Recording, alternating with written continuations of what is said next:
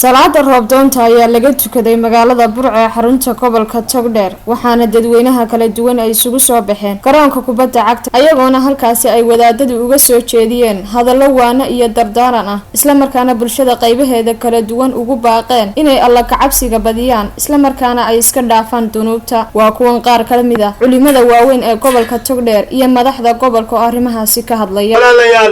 waxa loo baahan yahay dhibka ayna haysta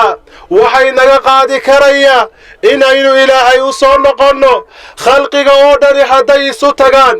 oo lacag iyo booyada iyo biyo iyo raashin inoo keenaan wallahi baanay waxba inoo tari karin waxay inoo tarayaan wax kooban haddaba walaalayaal samada khayrka samada iyo khayrka dhulka waxa lagu helaa خير وحلو هلا على كعبسي اللهم أغثنا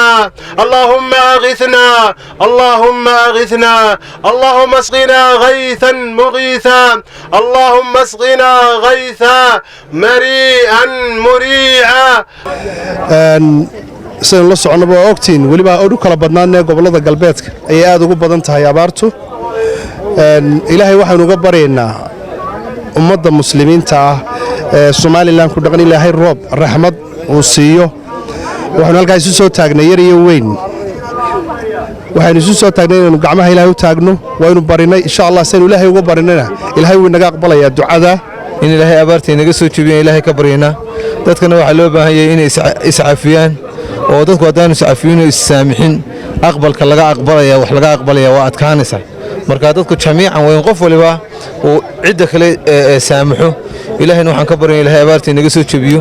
dadweynaha reer Soomaaliland dhamaantood iyo wixii islaamay abaarta iyo baahida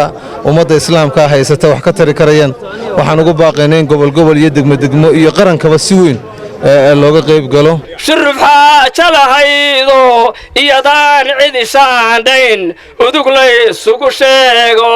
shakada lagu qaatay wixii ay shilal keentay alla weyna shakuurow shafeecooyin ku dhaafo shidadeeda abaartiyo naga fayd shar dhammaantii shandadiisa ibliisku